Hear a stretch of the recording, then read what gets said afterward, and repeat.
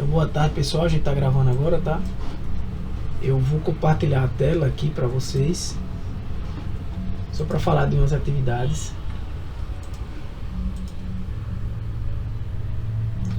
Aí veio nosso curso. Tá chegando ao final, né? Semana que vem a gente conclui. Vou dizer a vocês, só faltam essa aula. Eu quero fazer 2 aulas semana que vem para concluir. E nessa aula eu vou mostrar a vocês uma atividade, né? A gente tem algumas atividades aqui. Bora entregar as atividades, né, pessoal? 10 e 11. Eu acho que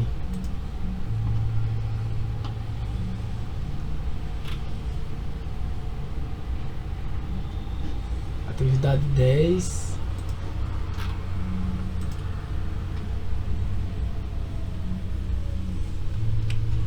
Acho que essa daqui de 38 minutos é a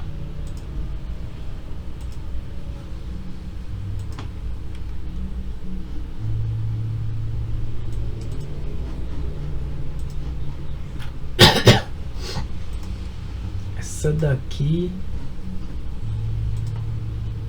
é a atividade 11, que é a de 38 minutos.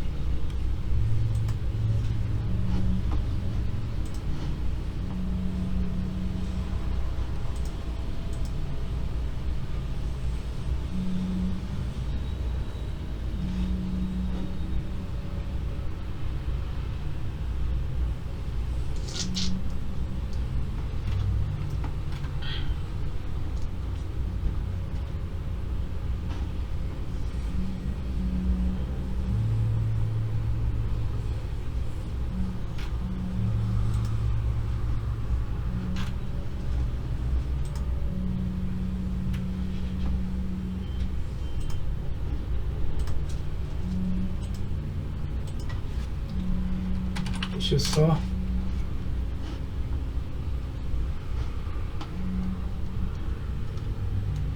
tem um conteúdo nessas atividades que é extra, tá, gente? Expressões regulares. Não vai dar tempo da gente ter que discutir sobre ele, mas na atividade vocês vão... Use sua nota do Enem para ingressar Vocês em vão medicina na AFIA.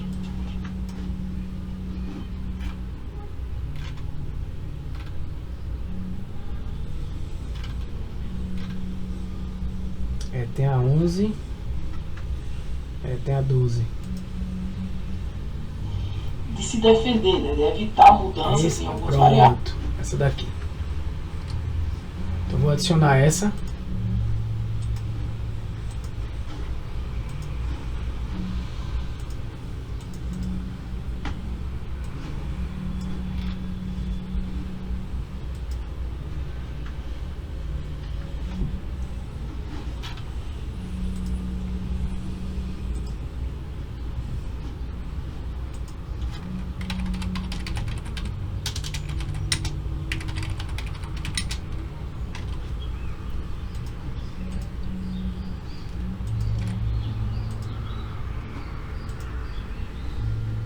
E vai ter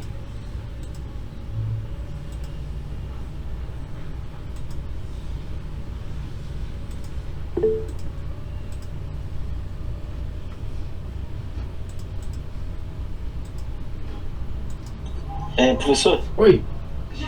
então, essa atividade da aula 12, você trocou ela e botou na aula 9. Se você Foi? Foi. Valeu. Foi porque eu troquei o assunto, verdade. Então eu postei aqui a 12.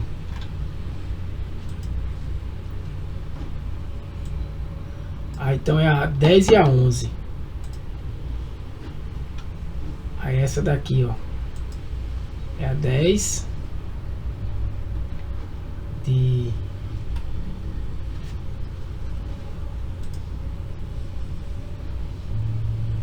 38 minutos e a 11. Então acho que já foram todas, né? Então 6, a 7, a 8. Ah, é a 8. Que eu joguei a 9.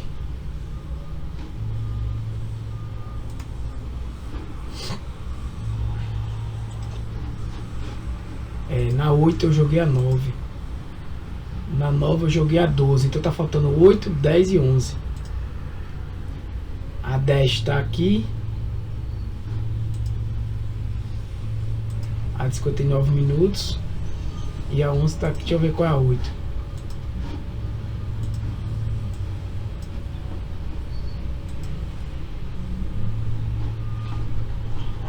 Ah, tá, pessoal, eu pulei a 8. Estamos de volta aqui para mais uma aula de programação em Python, tá? Essa daqui é sobre testes unitários. Eu vou botar ela então. Ela é extra só para vocês aprenderem um pouco mais. Mas eu não vou falar desse conteúdo não. Pelo menos nesse curso aqui. Pode ser que no outro eu fale que não dá tempo.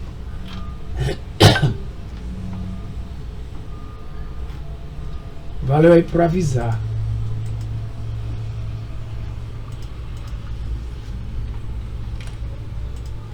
É que essa era de orientação a objeto, né? Aí eu vou salvar ela aqui. Só copiar aquele texto só para ficar claro.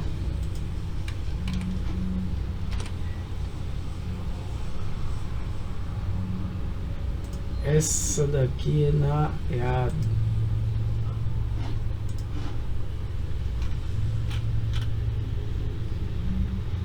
é a 11. Que eu troquei a 12 pela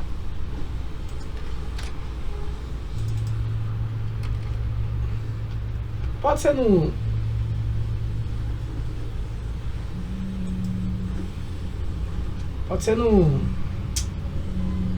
VS Code também, obviamente, tá? Que é a 8. Mas aí tanto faz onde vocês fizerem.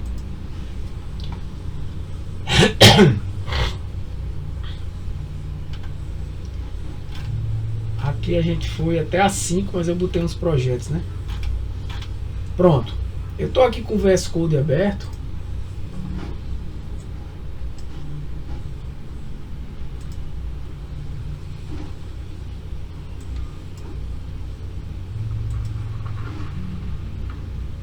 E tô com esse código que a gente estudou na aula passada, lembra? Student Register, que a gente registrou usando um objeto student.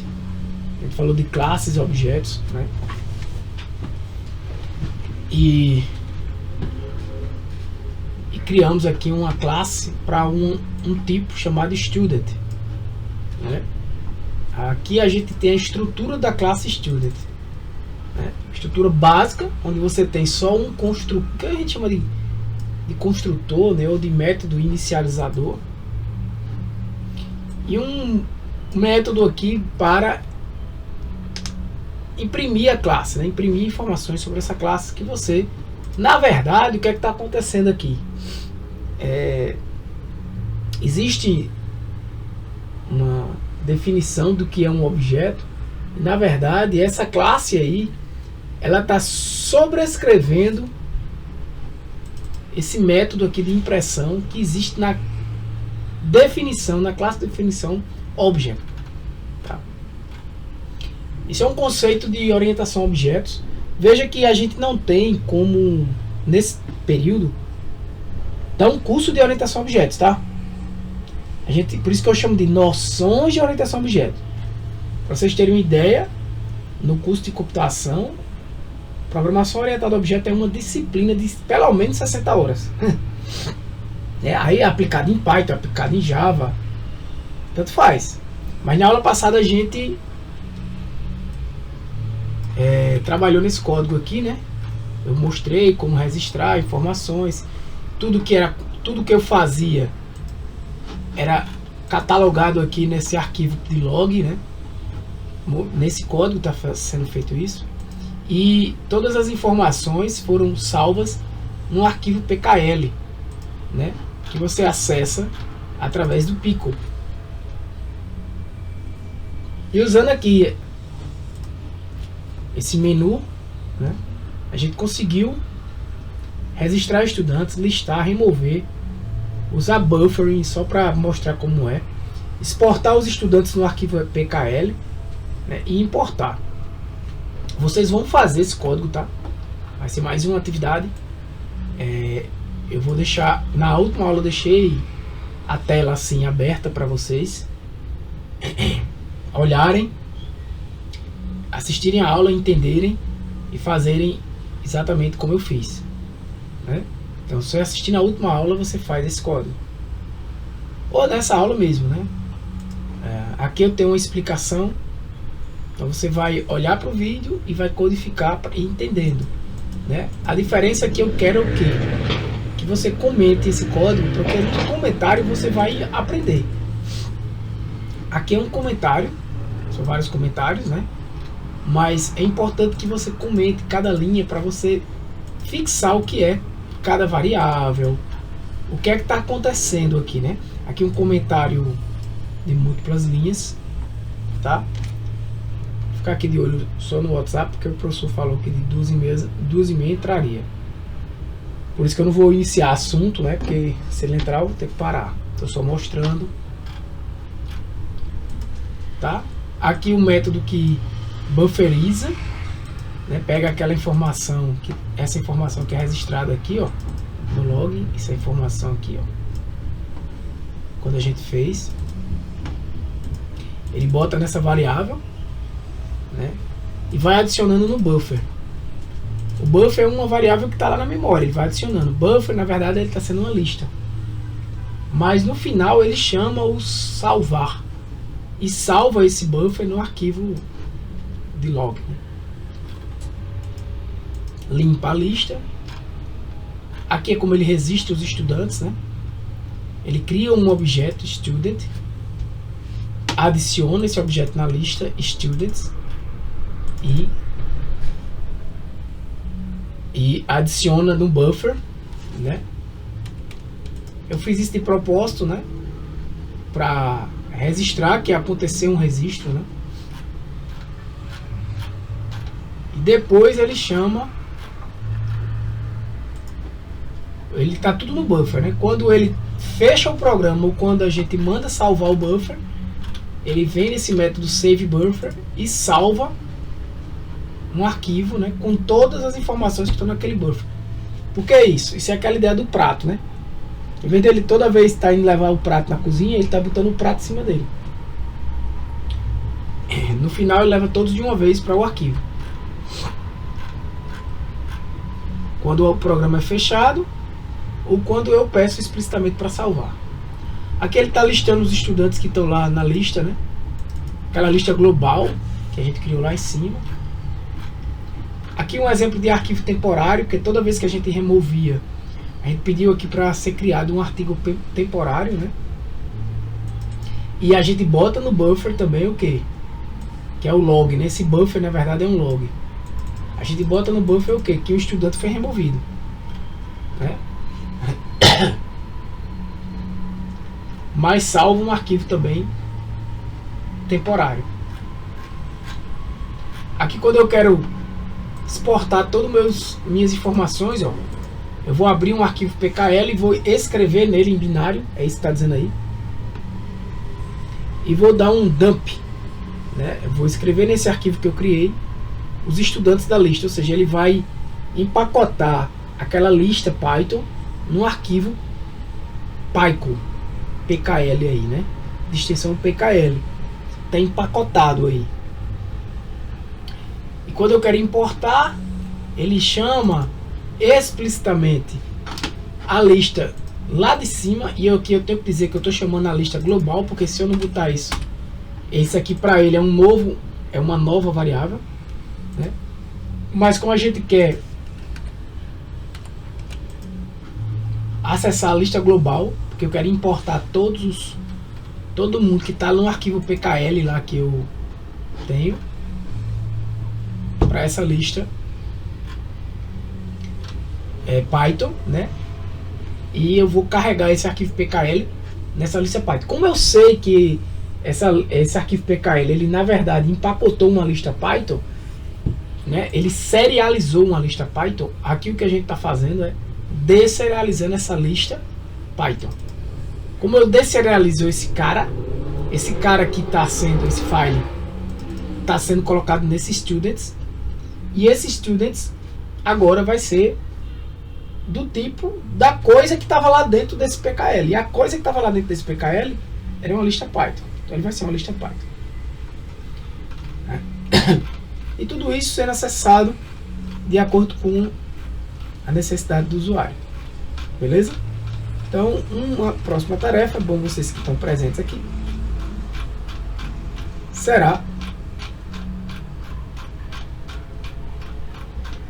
fazer esse código, tá? Eu vou adicionar ela lá. Eu vou trazer aqui um novo código só para mostrar para vocês. Esse aqui é o students. Eu acho que é esse outro.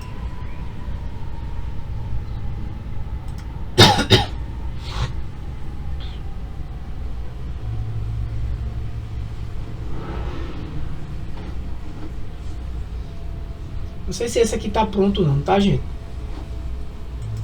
Mas vai ser uma nova, um outro código. Olha, ele tá aqui. Pronto. Beleza, acho que o professor tá na sala aí. Tá, Glauber tá aqui, eu vou parar agora. Pessoal, boa tarde mais uma vez. Apresento a vocês o nosso coordenador de ensino, professor Glauber. Ele tá aí na sala já, tá? Eu vou... Boa tarde, Thiago. Boa tarde, Glauber. Como todos sabem, o convite de Glauber a este encontro aqui, as nossas aulas de quinta-feira, né, em geral nesse horário, a gente se reúne entre 2h30 e 4 horas. É para a gente falar daqueles cursos que a gente vem sempre, eu vou ser bem rápido e prático, vem sempre abordando aqui nesses encontros, não só nessa turma como turmas anteriores, né? O que é que a gente tem hoje? Eu falei para o pessoal, a gente tem hoje cursos livres, né? Eu expliquei para eles que são esses cursos livres, podem ser feitos de forma individual, porém esses cursos livres não dão ao aluno, vamos dizer assim, uma capacitação mais bem apurada, algo mais robusto, seja na área que for, né? É meio que uma coisa muito pontual. Então, por exemplo, aqui eles estão fazendo, esse pessoal que está online, o curso de programação em Python. Foram 2 cursos livres, a gente está terminando o segundo ainda. Precisei botar em 2 cursos livres para poder dar um conteúdo, né? Que eles possam sair daqui dizendo: aprendi a ler um código Python, entendo a linguagem de programação, sei o que é programar, né? Hoje em dia, com o uso de IA, facilitou muito a resolução de problemas de algoritmos, porque eu posso dizer para a IA na vida real como eu resolvo um tal algoritmo em Python e ela resolve para mim, e não vejo nenhum problema nisso, desde que antes o aluno aprenda como resolver esse tipo de problema e entender, né? E aí é o que eu sempre digo a eles: fiquem nessa, codifiquem.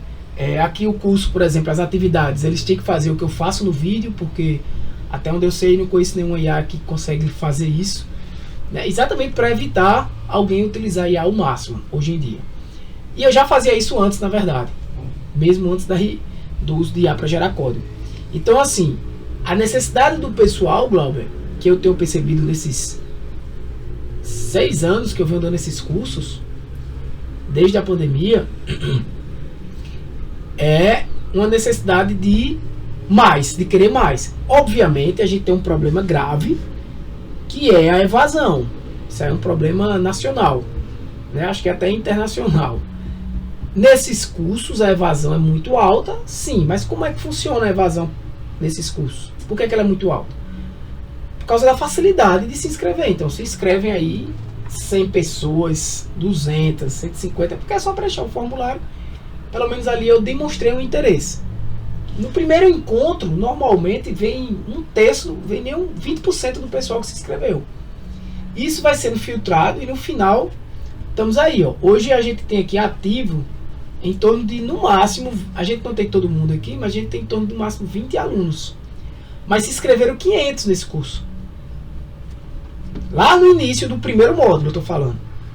Mas fazendo as atividades, estando ativo pelo menos no início do segundo módulo, aqui a nossa página no Classroom, Cláudia, né? As atividades, as aulas gravadas, todas as aulas que a gente tem ao vivo. Aproveitando para informar, essa aula também está sendo gravada. Mas se eu observar aqui, por exemplo, ó, eu tive 15 alunos que entregou a atividade 6, né, que foi a primeira atividade do curso do módulo 2. Se eu for nas últimas atividades, 28, ó, que terminaram o módulo 1, 27, 26, 26 pessoas em média aí deve ter terminado o módulo 1. Eu já tenho essa informação. Então, assim, dos que continuaram, a gente já tem aí uns 16, 17. Alguns já ficaram para trás. Qual é a ideia aqui que a gente tava? Eu queria propor, né? A ideia de um curso de programação, mas voltado para alguma área. E programação você pode ir para N áreas, né? Não falo nem área de negócio. Dentro da própria programação. Você pode programar para web, você pode programar para aplicativos, você pode programar para analisar dados, você pode programar para microserviços, que não seria minha área. Você pode programar para projetos de tempo real, ou seja, são dezenas. Para desktop, né, para softwares de desktop, são vários tipos de programação.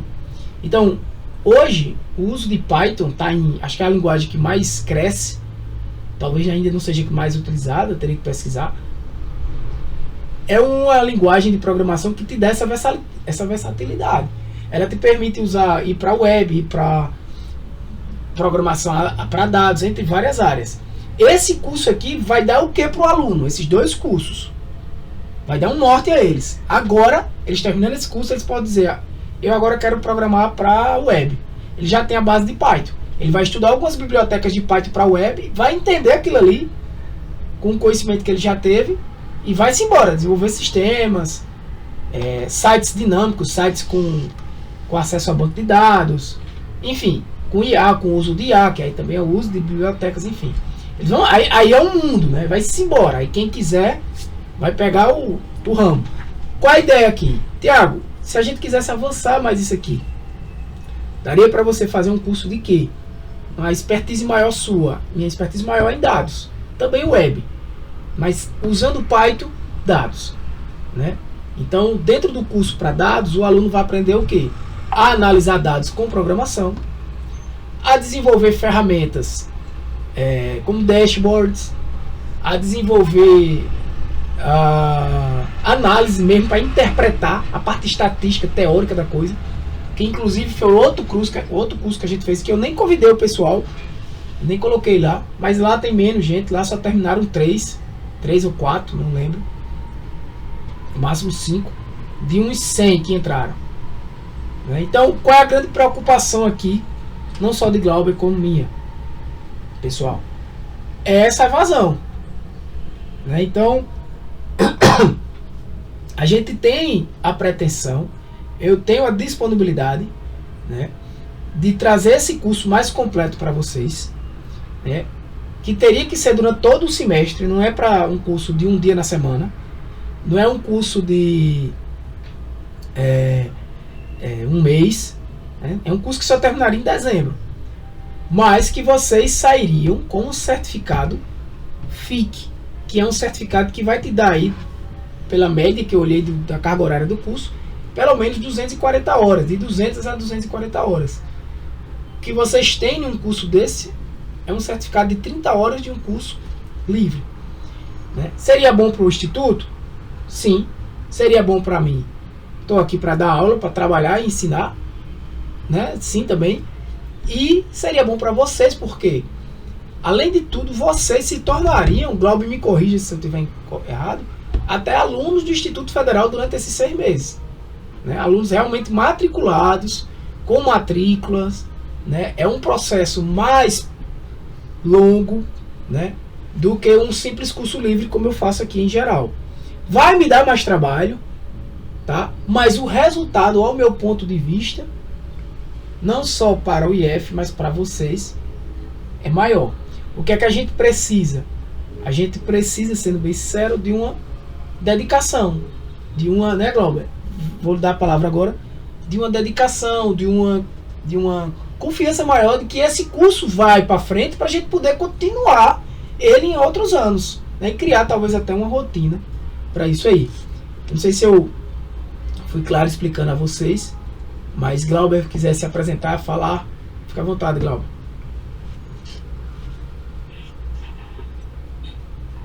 Boa tarde, Tiago. Boa tarde aí a todas as pessoas. Agradeço o convite, né, por participar aqui durante um tempinho aí das atividades. É justamente isso, né? Um curso, quando ele tem uma carga horária maior e demanda, né, um tempo de dedicação maior, a gente fica sempre com essa preocupação se as pessoas de fato, digamos assim, estão necessitando, precisando desse tipo de formação, e se a gente vai conseguir cumprir os nossos objetivos, né? Porque não adianta a gente ofertar e a gente não ter as pessoas que consigam realizar o curso, até não somente entrar, né? A gente viu aí que as entradas, interesse tem bastante, mas consigam permanecer e finalizar, né? Dentro de um curso que teria, digamos assim, uma outra forma de organização diferente desses cursos livres. E aí, enfim, até entender também um pouco aqui como é que é a demanda, a procura desse curso, se as pessoas aqui já atuam na área ou estão aprendendo para incorporar, como é que tá isso?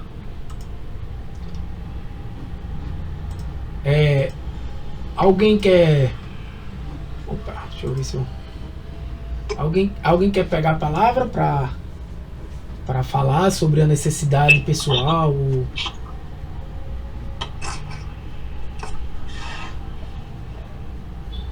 Se alguém quiser falar, deixa eu ver se tem um... Só no chat não. O que eu... Cadê o pessoal aqui? Tô sem microfone.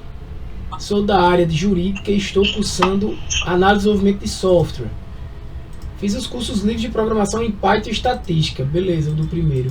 Eu tenho interesse em governança, dados. É uma área mais avançada ainda, né? Além desse curso de 240 horas. Dados e transformação digital. Então as disciplinas finais são justamente isso. Permite aplicar programação e estatística em problemas reais da área. Na verdade, você pode aplicar programação e estatística em qualquer área, né? Fica claro assim que o cara que fizer esse curso FIC, ele não necessariamente ele vai estar apto só para trabalhar com programação e fazer dashboard, não.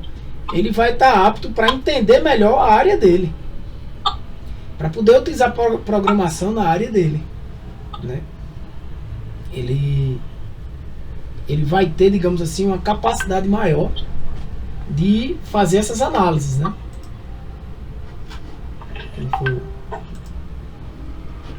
Fazer essas análises. O que eu percebo assim, Glauber, a questão da necessidade. Alguém levantou a mão, Vitor? Pode falar, Vitor.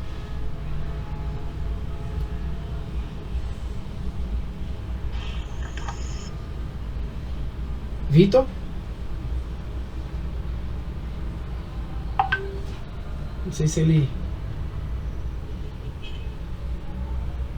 Fica à vontade para falar, tá? Não sei se ele tá com problema no microfone também.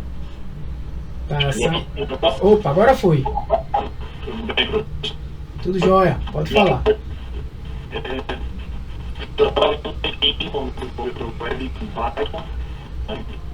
Teu microfone tá chiando um pouquinho, Vitor. Se você quiser...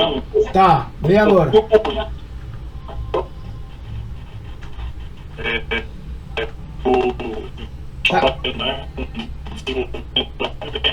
Tá cortando bastante pra mim, eu não sei pra vocês. Se tiver cortando também pra vocês e você quiser escrever igual o colega escreveu, Matheus, alguém escreveu também. Eu particularmente sou da área de tecnologia. Também curso sistema, né? Porque Matheus também está cursando ADS. E já tinha interesse na área de dados. Apareceu a oportunidade, tenho gostado bastante. Principalmente nas aulas de atividades práticas. Infelizmente na minha faculdade só tive Python em matérias optativas. Entendi. Alguém levantou a mão, Valdemir. Pode falar, Valdemir. Boa tarde, professor Thiago. Boa tarde, coordenador. Eu sou formado em gestão de TI, não faz um tempo, e acabei me dispersando da área e estou trabalhando com manutenção preditiva, né? E eu vi que a programação Python, né, em estatística, pode acrescentar muito nessa minha área de manutenção preditiva, porque a gente trabalha com muitos dados de vibração, né, de equipamento quebrado. Então, assim, tanto esse curso que a gente está fazendo agora de Python, quanto de estatística, que eu também fiz lá, né, e possivelmente esse curso novo que a gente vinha fazer, vai agregar muito, tanto nessa área que eu estou agora, né, de manutenção, ou se por acaso eu queira fazer uma transição justamente só para a agregação de dados, né, que é uma área que usa muito programação em Python, né. Na faculdade, eu acredito que não só eu, mas a galera que faz a EDF, quando estuda programação, é uma coisa muito superficial, né? E aqui a gente está tendo a oportunidade de ter uma coisa mais aprofundada, certo? Com o Instituto, que a gente sabe que é referência, não só na Paraíba, mas em todo o Brasil, né? E a gente tem a oportunidade de aprender mais fora da faculdade. Então, eu acho assim, gostei muito desse curso, tanto desse de programação quanto de estatística, e também vou gostar muito se esse outro curso maior possivelmente venha a sair. Beleza, Valdemir, obrigado, eu entendi a tua necessidade. Realmente a gente aprofunda aqui, né, o curso de Python, a gente já, né, principalmente esse módulo 2, né, tem assuntos bem mais aprofundados, que de fato é o que a gente precisa, é o que usa, né. O 1 ainda realmente é muito básico, mas o 2, inclusive teria um módulo 2 de estatística e teria um módulo 3 de Python, né? E esses todos estaria dentro do curso maior. Giovana falou, sou da área de educação física, comecei recentemente a estudar engenharia de software com o objetivo de migrar de área e me interessei bastante pela análise de dados por alguns outros cursos que já realizei. Aí Cauã também confirmou aí com o Valdemir. A ideia da análise de dados, desse curso de análise de dados, é porque é exatamente isso. Você não vai ficar preso na programação diretamente trabalhando com programação. Você não tem que ser da área de TI, né? Você de qualquer área pode aprender só programar para dados e aplicar na sua área. Entendeu? Você não precisa fazer um curso de computação na universidade ou técnico de 2 anos, né, para aplicar. Não, só com a programação bem específica para dados, né? Cursei técnico médio em TI e trabalhei por 1 ano como desenvolvedor web, massa, com Python e Django, né? Django é uma biblioteca do Python para quem vai desenvolver web, ou seja, Vitor já poderia até dar um curso aí de Python para web. Hoje estou direcionando minha formação para dados e negócio, massa. 7 anos no comércio e vejo que fundamento de dados, exato e estatística, junto exatamente com a linguagem, são fundamentais. Concordo com você, Vitor. Fundamento de dados e estatística, junto com a linguagem, fundamental para essas atividades. Nesse curso aqui estou tendo acesso a alguns recursos de dados que nunca trabalhei, mesmo tendo usado Python na prática. Isso, porque Python é um mundo tão grande, Glauber, é uma coisa tão enorme, assim, de tanta coisa que tem, você não tem como saber de tudo. Você vai focar numa área. Minha área hoje de Python é dados e aprendizado de máquina. Aprendizado de máquina é uma área da inteligência artificial. Se você perguntar, e tu não usa IA não no Python? Eu não uso ainda, não é minha área. Tenho que aprender para ensinar. né? O uso de bibliotecas como o ChatGPT dentro do... nunca utilizei, né? Só estudei. É muita coisa. Então, assim, sou analista de Big Data. Alguém quer falar? Pode falar. Não, eu estava falando justamente aí que a gente ter uma ideia, né, do perfil, enfim, das pessoas que estão aqui. Acho que a maioria que se colocou aqui tem até uma formação, né, prévia assim, na área, e justamente o curso é uma oportunidade de aperfeiçoar, né, de aprofundar algo que eu teve pouco contato, enfim, ou está querendo incorporar dentro da sua atividade, enfim, profissional. Eu acho que, inclusive,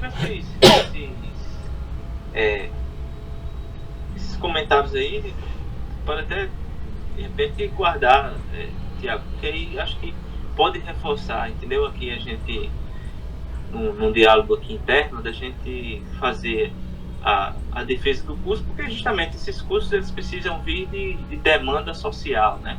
A sociedade precisa demandar. A gente não pode fazer um curso porque a gente gosta de realizar o curso ou porque a gente é da área. Não. A sociedade demanda e a gente atende. Então, eu acho que essas observações aí, ela ajuda a gente a justificar, né, a necessidade do curso. Inclusive, você pode até estender depois a outras pessoas que não estão aqui, se quiserem também enviar algum depoimento, enfim, sobre como tem sido a experiência e como uma nova oferta, o porquê que ela seria importante, né? Eu acho que também é uma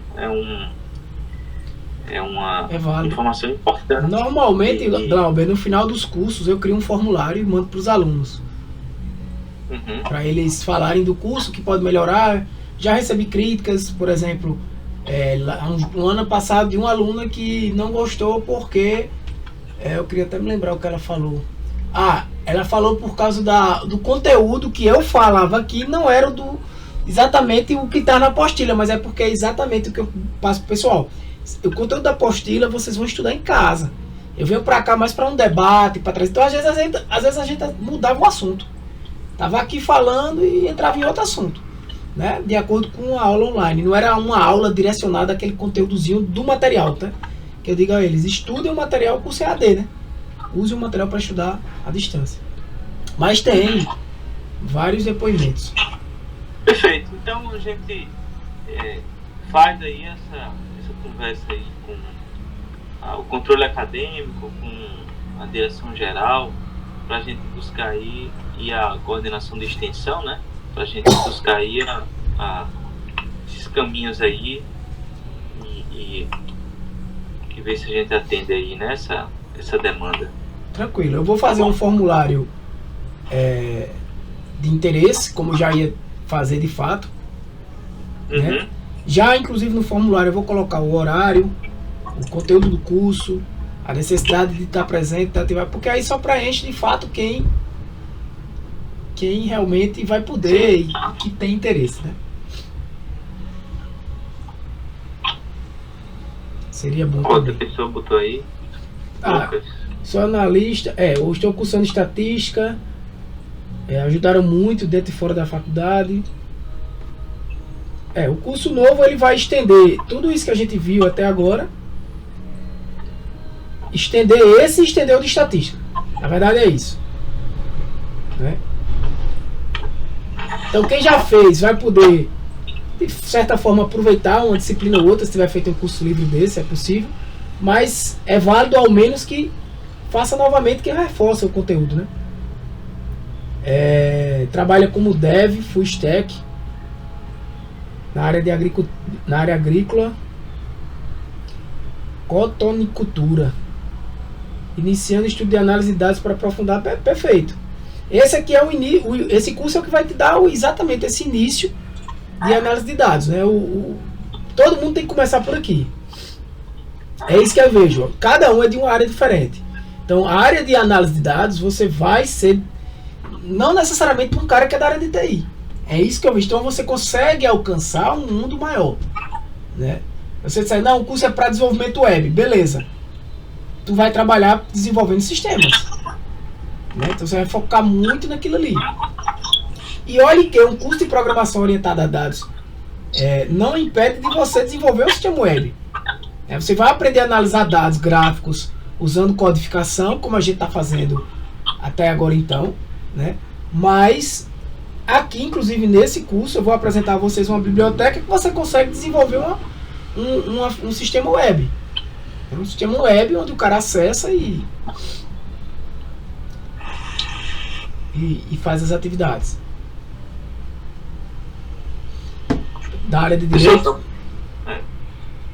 Também se botou aí, da área de economia da cultura, educação. Esse é da economia, interesse em programação para análise de dados e para letramento digital.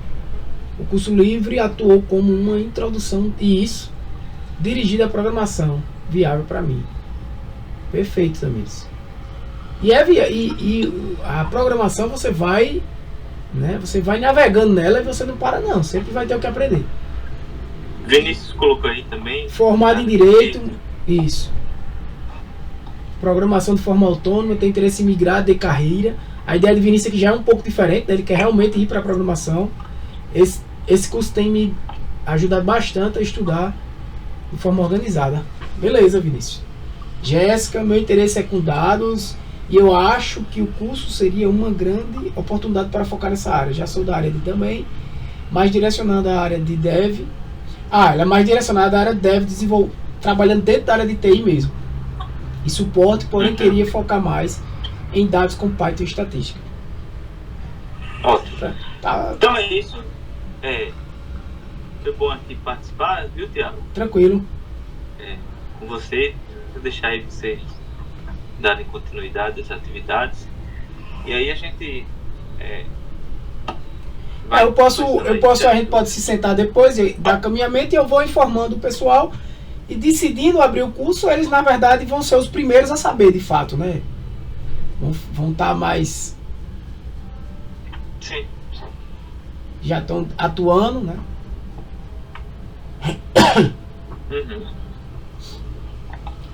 Pois tá bom, Glauber. Eu agradeço a sua presença, né? Foi boa. Se for preciso novos encontros, a gente combina dentro ou fora do horário da aula. E eu te deixo informado aí das próximas partes, né? Principalmente de captar o pessoal interessado. Tá bem. Beleza? Obrigado aí. Valeu, Glauber. Boa tarde. Tchau, pessoal. Obrigado, Glauber.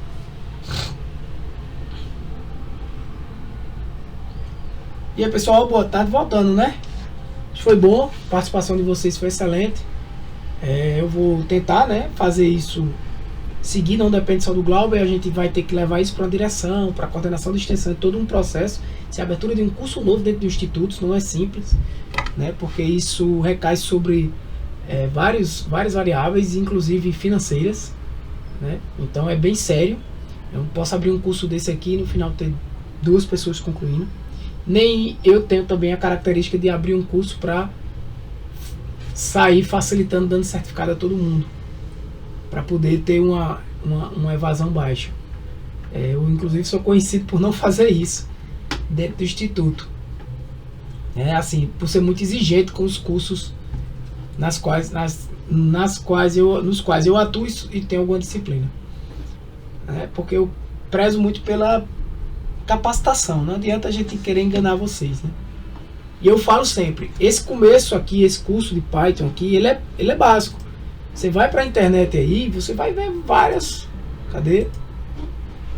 aulas gratuitas desse assunto, mas você não vai ter uma orientação, a não ser que você pague, né? Você vai ter os vídeos e as aulas, mas você não vai ter uma orientação. E mesmo assim, a gente já entra aqui numa área que é... Deixa eu fechar esse.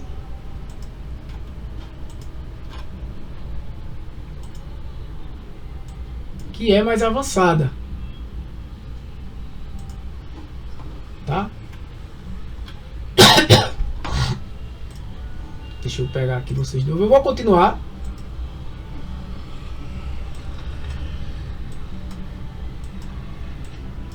Deixa eu diminuir agora.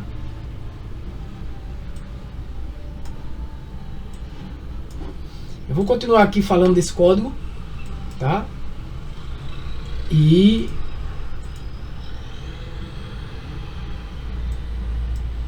peço a vocês que fiquem atentos aí para esses novos cursos, beleza? Galera, nesse código aqui não vai dar tempo da gente fazer ele todo, comentar ele tudo, mas eu vou só explicar o que é que ele faz, né? Eu não vou entrar num assunto porque estamos misturando aqui a aula, mas eu vou só explicar o que ele faz, e ele só faz coisas do... Ele é um pouco mais avançado do que o que a gente já estudou. O que é que a gente tem aqui? Antes de tudo, eu estou fazendo o que? Eu estou fazendo um software que vai adicionar serviços, adicionar barbeiros, né, em uma barbearia. Ele me traz aqui um menu e ele diz, ó, Add Barber, Add Service. Então, por exemplo, eu posso botar a opção 1 e dar Enter. Ele pergunta o nome do barbeiro, é bem parecido com o outro, né? Eu posso botar aqui Luiz Carlos. Então ele adiciona... Oi, não tá compartilhando, né? É. Valeu, valeu.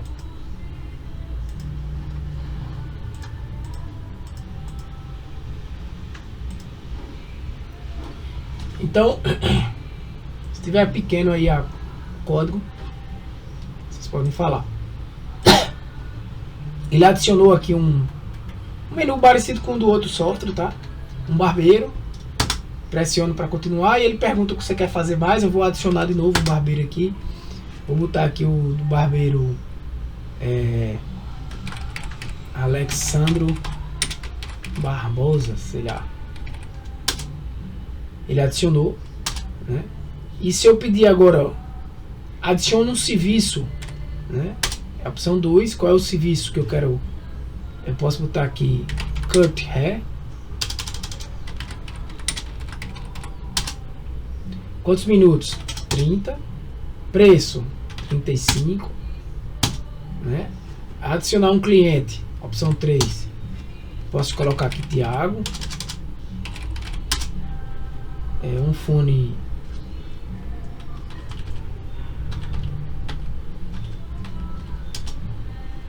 Né? Pressiono para continuar. Posso agora adicionar um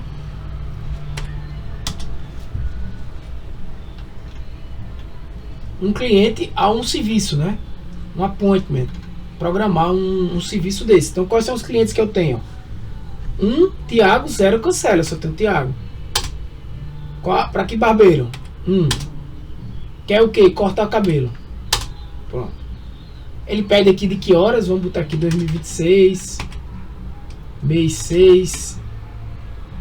Dia 20. Tem que ser nesse modelo aqui, tá? Vou botar aqui às 15 horas. Ele adicionou. Veja que está funcionando.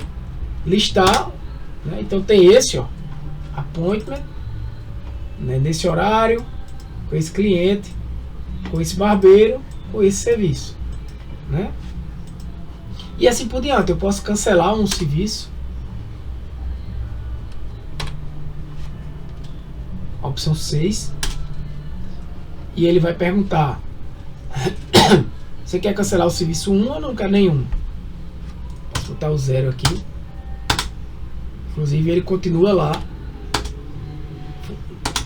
funcionando. Agora vamos entender o que está acontecendo aqui. Primeiro, veja, eu quero criar como você deve pensar orientado a objeto. Eu não vou continuar o assunto de orientação a objeto aqui. Vou precisar de umas 2 aulas para terminar, tá?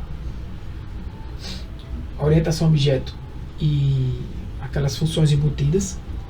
Mas eu vou falar sobre esse código, né, para vocês entenderem. Como é que eu faço? Eu vou fazer um sistema orientado a objeto.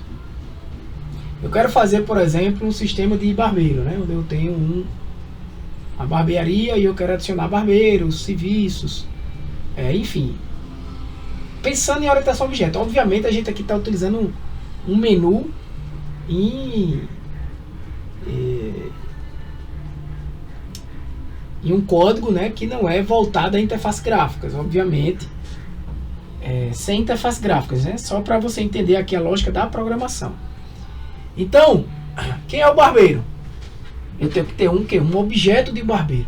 É muito provável que eu pense no software orientado a objeto dessa forma, né? O que é que eu tenho nesse problema meu? Eu vou ter barbeiros, eu vou ter clientes. Aí pensa logo em pessoas, né? Então eu vou ter barbeiro, eu vou ter cliente, eu vou ter serviços, eu vou ter agendamentos. Não? Nesse contexto, tudo que você vai ter, esses objetos que a gente chama, né? Esses conceitos, melhor dizendo, que a gente tem, tudo isso tende sim a ser, no fim das contas, você vai trabalhar com esses caras dentro do seu programa. Então você vai trabalhar com eles como objetos. Você não vai ter uma variável nome do barbeiro solta, idade do barbeiro, data não. Adicionar barbeiro, aí quando tu for adicionar o barbeiro, tu vai pegar a idade dele, enfim. Uma linguagem orientada a objeto, ela lhe permite isso. Você trabalhar com esses conceitos, tá? Com esses conceitos que no fundo vão ser objetos. E se vão ser objetos, você pensa logo. Se esses conceitos são tipos que vão existir no meu software e eles vão ser objetos, eu penso logo, eu vou ter que ter uma classe para cada um. Então eu vou ter que ter uma classe barbeiro, uma classe serviço, uma classe cliente, uma classe appointment, né? Então eu poderia muito bem só começar assim, bem, eu vou ter uma classe barber, então eu escrevo class barber. Só que eu sei que eu preciso definir o meu método que inicializa um objeto barber, né? E esse método tem que ser chamado dessa forma. Ele tem uma referência aqui, self, que é uma referência interna para o próprio objeto que está sendo criado, né? Então, todo barbeiro vai ter o quê? Um nome e uma identificação.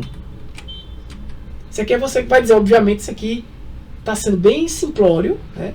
Mas você poderia adicionar DT,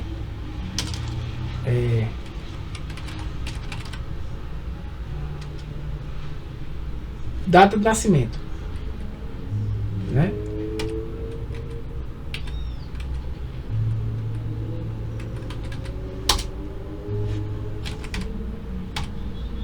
Aí ele até me ajuda aqui, ó.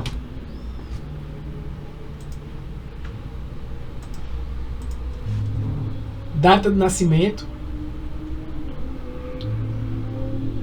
Acabei de criar agora e estou dizendo que todo barbeiro tem uma data de nascimento. Se eu não informar, ela é nula, tá? Eu vou tirar, só porque eu não tratei ela lá embaixo. Deixa eu tirar isso. Beleza? Então assim, para todo objeto eu vou ter isso aí, do tipo barbeiro. Então o que é um serviço? É um objeto que eu vou ter na minha classe. Pense sempre assim. Eu vou ter um serviço, que é o quê? Cortar cabelo.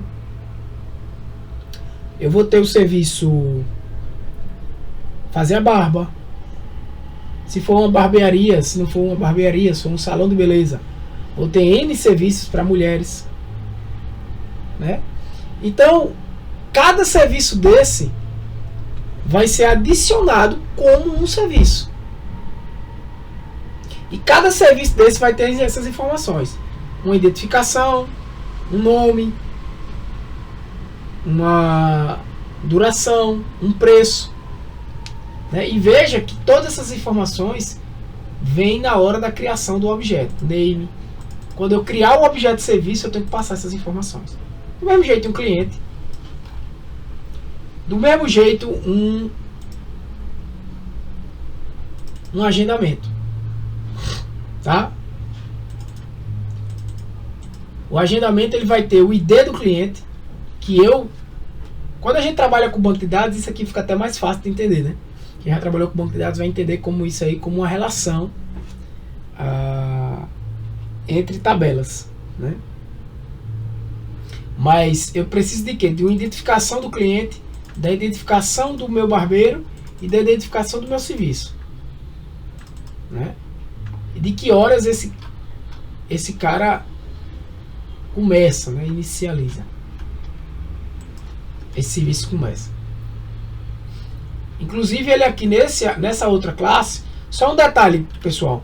Você poderia criar essas classes aqui, seria mais interessante, inclusive. Estou fazendo aqui para ficar facilitar e vocês podem fazer isso no software de vocês, tá?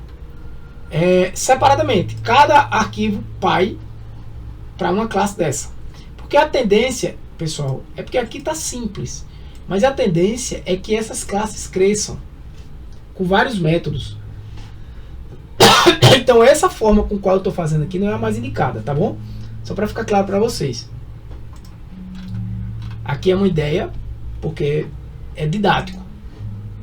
Mas o ideal é você ter um arquivo pai para cada classe dessa, né? Por exemplo, nessa última classe aqui, eu criei um novo método chamado StartDT, né?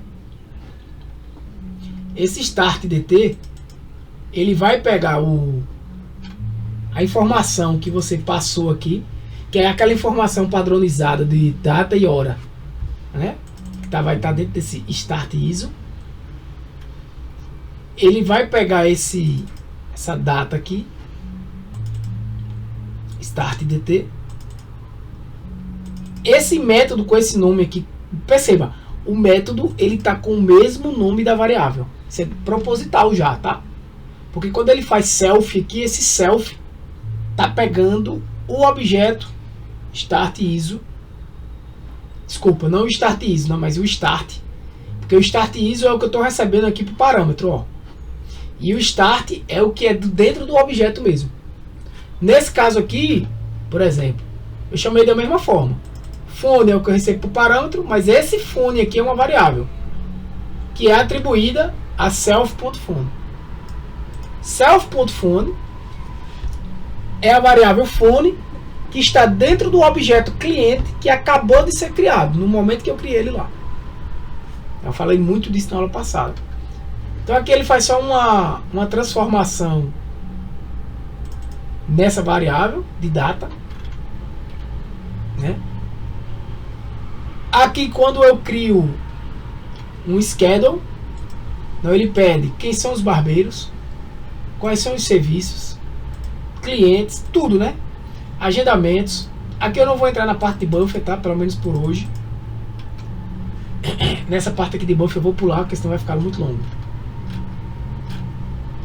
Se vocês quiserem depois aí olhar, até copiar o código e entender, no problems. Mas agora eu vou passar, porque vai ficar muito longo.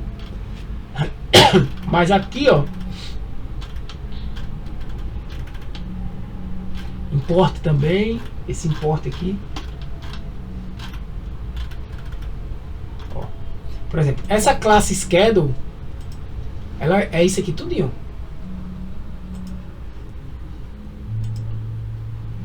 Eu posso resumir, por isso que eu digo, aqui o ideal era que tivesse um arquivo schedule.py, tá?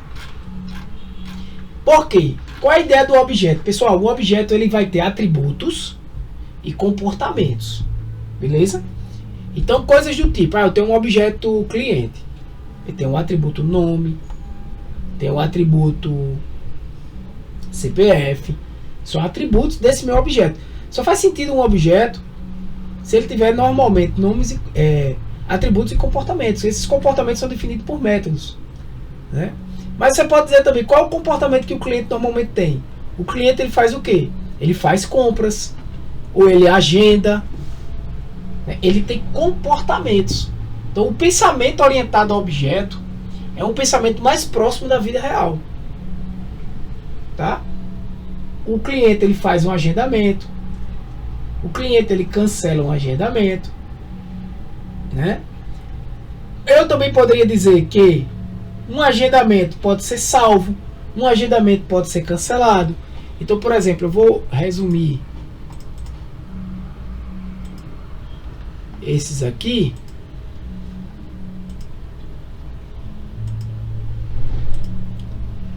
Para ficar mais fácil. Mas tudo isso aqui, ó, está dentro. Pronto.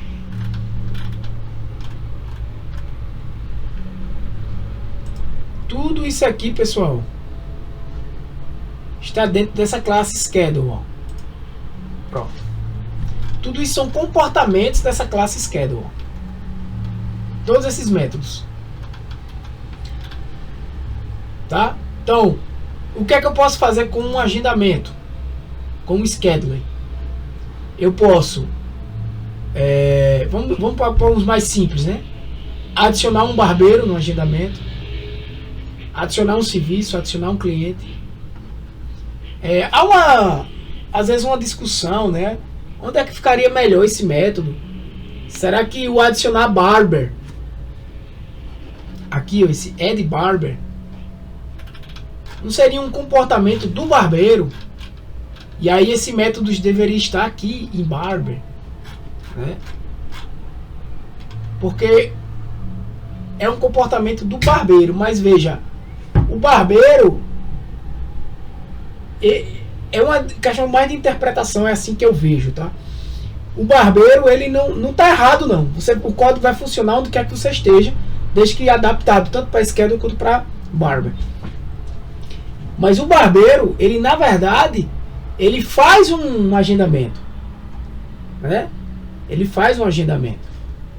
O schedule, na verdade, é adicionado um barbeiro naquela programação. Porque veja, o que é que acontece aqui, ó? B é um objeto do tipo barber, né? E você vai passar um name para ele. Então vai ter uma lista self.barbers. Essa lista barbers, ela foi definida em algum canto. Se eu estou chamando ela com self, muito provavelmente dentro dessa classe schedule aqui, ó. Dentro dessa classe schedule aqui. Deixa eu ver onde ela tá. Tá aqui, ó. Tá? É uma lista. Uma lista de alguma coisa, né? Vai ser uma lista de barbeiros. Mas ela, ó, é acessada com o self dentro do schedule. Então isso aqui é um atributo da classe schedule. Então um atributo da classe schedule é o quê? Ter vários barbeiros. Uma lista de barbeiros. Então toda vez que eu vou adicionar um barbeiro, eu vou coloco ele dentro dessa lista, salvo e adiciono no log, né? Esse save aqui, isso é um método do schedule, né? É esse método aqui, ó. Então ele vai criar essa estrutura, né? E vai salvar no arquivo JSON, beleza? Eu não vou entrar em detalhes da explicação disso hoje, porque não vai dar tempo. Mas eu estou só mostrando a vocês uma estrutura aqui, uma organização. Porque o que é mais importante hoje em dia, pessoal, para vocês, nesse ponto especificamente, é entenderem como um código é organizado, né? O que é uma orientação a objeto. E eu repito para vocês, não tem como a gente falar tudo de orientação a objeto aqui em 2 dias, 3 dias, tá? Mas esse código aqui já utiliza muitos conceitos básicos suficientes para vocês começarem a compreender o que é uma programação orientada a objeto. Tiago, e aí? Isso é importante, por exemplo, no que a gente estava falando, para dados, sim, e como é? Para você organizar os seus dados, o seu código, né? Você está trabalhando aí na área de agronomia, no agro, né? Aí você tá lá, sei lá, trabalhando, tem um contexto lá de empresas de da área de vocês. Então tem lá uma classe Employees, onde você vai tratar tudo de empresas ali dentro daquela classe. Você não vai sair criando variáveis soltas, né? Você não vai sair criando variáveis soltas. Repito, todos esses comportamentos aqui, com exceção desse primeiro, que é a definição da classe,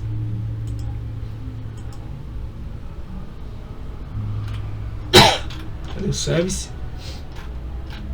Todos esses comportamentos aqui são comportamentos da classe Scheduler. Mas você poderia, por exemplo, adicionar comportamentos a outras classes, né? Por exemplo, a de barbeiro. Inserir barbeiro. Esse aqui, então, esse add barber, ele está adicionando esse barbers aqui a uma lista de barbeiros do schedule. E está salvando. Está salvando aqui, ó. Está salvando esse cara como F, né, do tipo TF8, write, data file, né? E aqui está esse carinha. E aqui tá os dados que ele está salvando. Ele está salvando todos os barbeiros, todos os serviços, todos os clientes. É porque meio que o seguinte, toda vez que ele vai salvar um barbeiro, ele pega e coloca todos os barbeiros de novo, todos os serviços de novo aqui, ó, para não perder a informação. Se ele vai adicionar um serviço, ó, ele vai fazer a mesma coisa. Ele joga o serviço lá na lista de serviços e chama o save. O save é um comportamento do schedule, pode ver. O save não é um comportamento de barber, nem de service, nem de clients, nem de appointments. É um comportamento do schedule, porque toda vez que eu adiciono um barbeiro, eu atualizo esse meu arquivo aqui, ó. Não sei se vocês estão entendendo. Toda vez que ele adiciona um barbeiro na lista de barbers, ele chama save, e save pega todos os barbeiros aqui, ó. Na verdade, save está pegando todos os barbeiros, todos os serviços, todos os clients, todos os appointments, e está chamando de data, né? Porque esse é um dicionário onde cada chave vai ter uma lista de valores. Chave barbers, chave service, chave client, chave appointment. Uma lista de valores. Para cada chave tem uma lista de valores. Né? Então, quando ele adiciona um barbeiro, que adiciona outro barbeiro, esses barbeiros vão ficando na lista barbers, que é um atributo dessa classe appointment. Scheduling, desculpa. E aí ele salva, chama o save para salvar, né? Se eu adicionar outro barbeiro, ele vai adicionar um novo barbeiro na lista barbers de schedule e vai chamar o save para salvar. Aí ele vai salvar por cima, né, do anterior. E ele está fazendo isso. Por isso que ele botou esse comportamento aqui dentro. Esqueça de fato esse código, mas entenda só o comportamento do save. Save, esse método save. Eu poderia ter, por exemplo, adicionado esse método aqui, ó, add barber, lá na classe barber. Tem um método lá, adicionar barbeiro. Aí eu teria que fazer o quê? Ia ter que ter cuidado com essa lista aqui, né? Essa lista de barbeiros teria que ser semelhante a que a gente fez no anterior. Essa lista de barbeiros aqui não iria poder ser um atributo do schedule. Ela iria ter que ser uma variável global aqui em cima, igual foi no outro. Porque se eu pego esse cara aqui, ó, começa a entender o código, tá? O mais importante para vocês aqui é entender o código. Pega esse cara aqui, eu dou Ctrl X, jogo aqui, ó. Faz sentido para mim, porque é um comportamento do barbeiro. Ou eu posso botar add barber, né? Então eu pego o nome dele e adiciono numa lista. Só que essa lista pode até ser uma lista de barbeiros também. Aí essa lista de barbeiros aqui, ó, se eu boto isso aqui agora, self.barbers, ele vai procurar essa lista de barbeiros aonde? No objeto barber, não existe. Aí ele teria que fazer exatamente a mesma coisa que está aqui, ó. Criar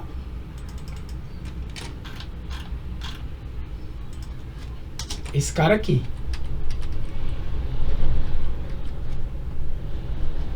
Self.barbers recebe vazio. Tá? Por quê? Na hora que ele fosse adicionar um barbeiro, ele ia pedir só o nome. B ia ser um objeto do tipo barber. Self.barbers append, ou seja, agora esse barbers aqui é um atributo dessa classe, do objeto dessa classe barber. Adicione B lá, então ele vai adicionar aqui nesse. Só que, não sei se vocês entendem o problema de fazer isso. Se vocês entenderam o problema de eu fazer desse jeito aí, vocês entenderam a diferença de classe para objeto. Se eu fizer desse jeito aí, toda vez que eu... Preste atenção no que eu vou falar agora. Toda vez que eu criar um novo objeto aqui, ó, e adicionar um barbeiro, esse barbeiro vai estar na lista do objeto criado. Olha o que vai acontecer se eu deixar assim. Criei um objeto barber, adicionei. Então ele criou um objeto barber aqui, ó. Ele vem aqui e cria um objeto barber na memória. Usou um barber aqui na memória. Aí ele cria um atributo aqui, barbers, e adiciona esse B lá. Esse B não é um string não, é um objeto barber. Tudo bem. Então tá meio aqui que, né? Aqui dentro tem uma variável, um atributo, que eu chamo ela de barbers, e eu adicionei um novo barber, né? Eu adicionei um outro objeto aqui, barber. É como se aqui, na verdade,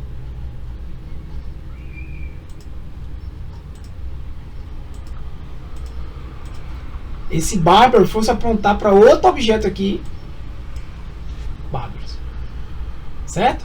Aí o que é que acontece? Beleza, save, eu teria que criar um save aqui, ok. O problema é que quando eu for fazer isso de novo, quando o outro barbeiro for ser adicionado, o que é que vai acontecer? Mesmo que eu utilize, o que é que vai acontecer? Isso aqui, ó. Vai ser usado outro barber, vai ser usado outro atributo aqui, vai ter outro barbers aqui, que vai apontar. O problema é esse,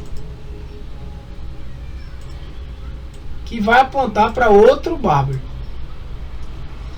Você está compreendendo que quando eu faço isso aqui, eu estou adicionando um objeto barber dentro de um objeto barber que acabou de ser criado. E esse objeto barber, ele tem uma lista de barbers, mas essa lista de barbers só vai ter um barber. Se eu criar outro barber, na verdade eu vou criar outro objeto barber que vai ter outra lista barber.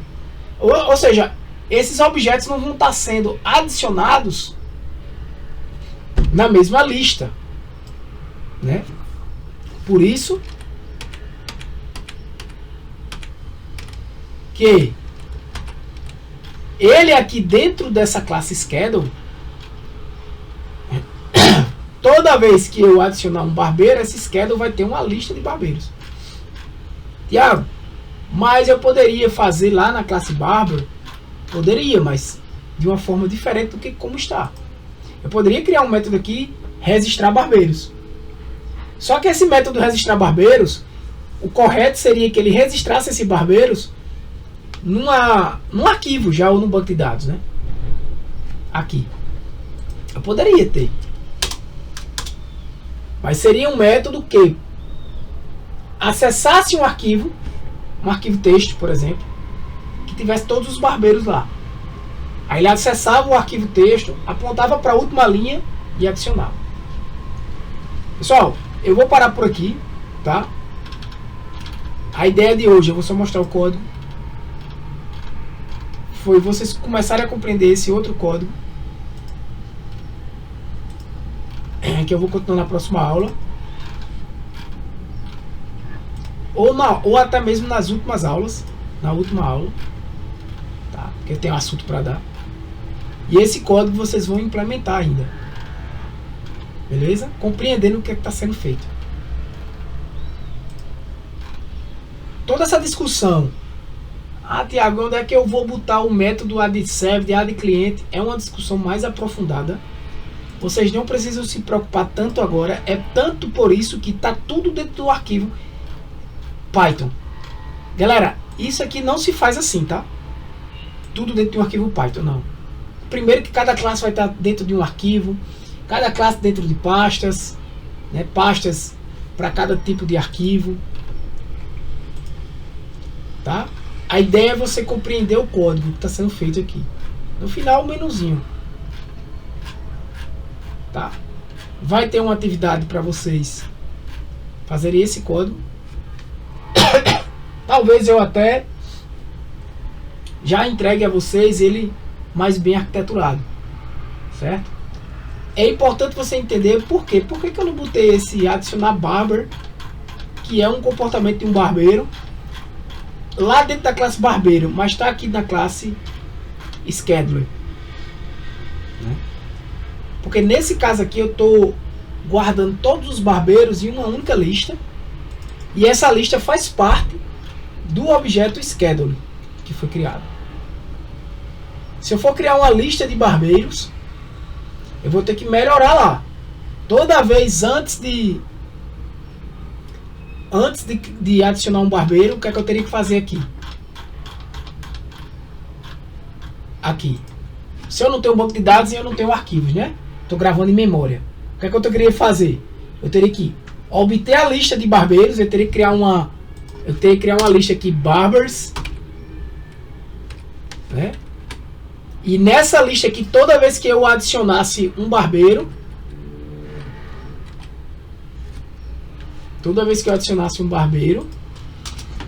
aqui, por exemplo, define, add, toda vez que eu adicionasse um barbeiro, ó,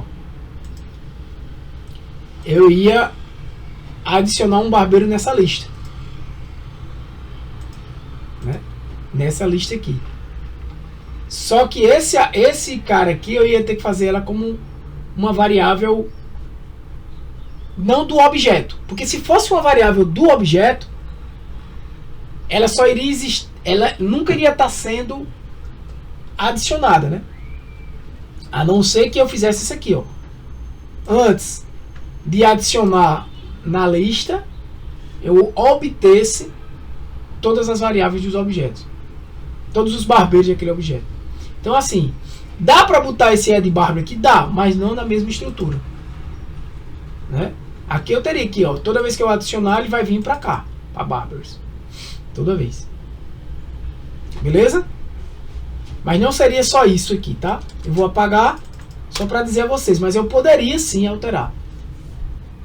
Eu ainda vou voltar nesse código, tá? Nas próximas aulas eu quero concluir só o assunto teórico mesmo, e eu quero voltar nesse código, tá? A gente vai ter ainda pelo menos uns... Eu queria 2 encontros, mas vão ser pelo menos 3, porque o de hoje a gente precisou utilizar para a reunião, né? Eu vou parar aqui a gravação e deixo vocês aí à disposição de falar algo. Se essa aula ficou um pouco confusa, pode falar também, que quando eu vim falar de novo desse código, a gente fala com mais calma, né? Eu ia falar só dele hoje, mas teve o tempo com o professor.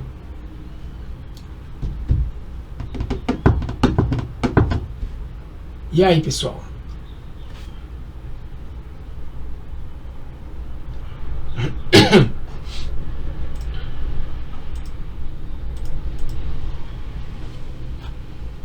Alguém quer fazer algum comentário, alguma dúvida? Vou pegar aqui a lista.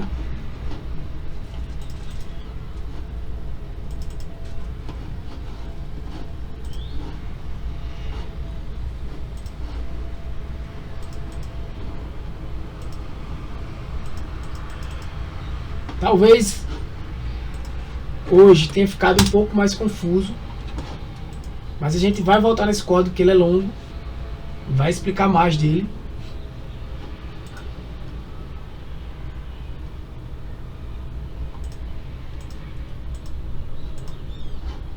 Então vocês assinem a lista aí, eu vou finalizar aqui a aula.